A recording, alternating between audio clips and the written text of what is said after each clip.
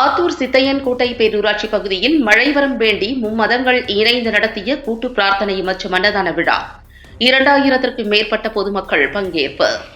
திண்டுக்கல் மாவட்டம் ஆத்தூர் வட்டம் சித்தையன்கோட்டை பேரூராட்சிக்கு உட்பட்ட பகுதிகளில் சில நாட்களாக வெப்பத்தின் தாக்கம் அதிகரித்த நிலையில் விவசாய நிலங்களும் வறட்சியோடு காணப்பட்டன. இதனை கண்ட மும்மதங்களைச் சேர்ந்த பெரியோர்கள் பள்ளிவாசல், தேவாலயம், கோவில்களிலும் கூட்டு பிரார்த்தனை மேற்கொண்டனர்.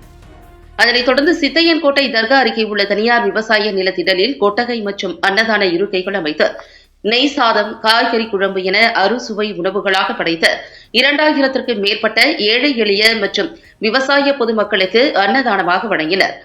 இந்த அன்னதானத்தை அருகில் உள்ள சித்தையன்கோட்டை, அழகநாயக்கன்பட்டி, நரசிங்கபுரம், சேடப்பட்டி, சொக்கலிங்கபுரம், போடிக்காமன்வாடி, வீரசிக்கம்பட்டி, ஆத்தூர், செம்பட்டி சுற்றுவட்டார விவசாய பொதுமக்கள் உண்டு மகிழ்ந்து சென்றனர்.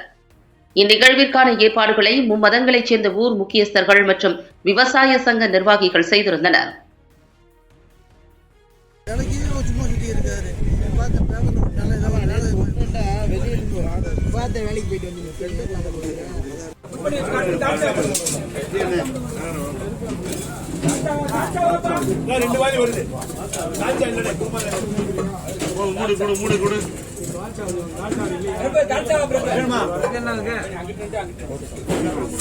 போயிட்டு 2 பீஸ் வை.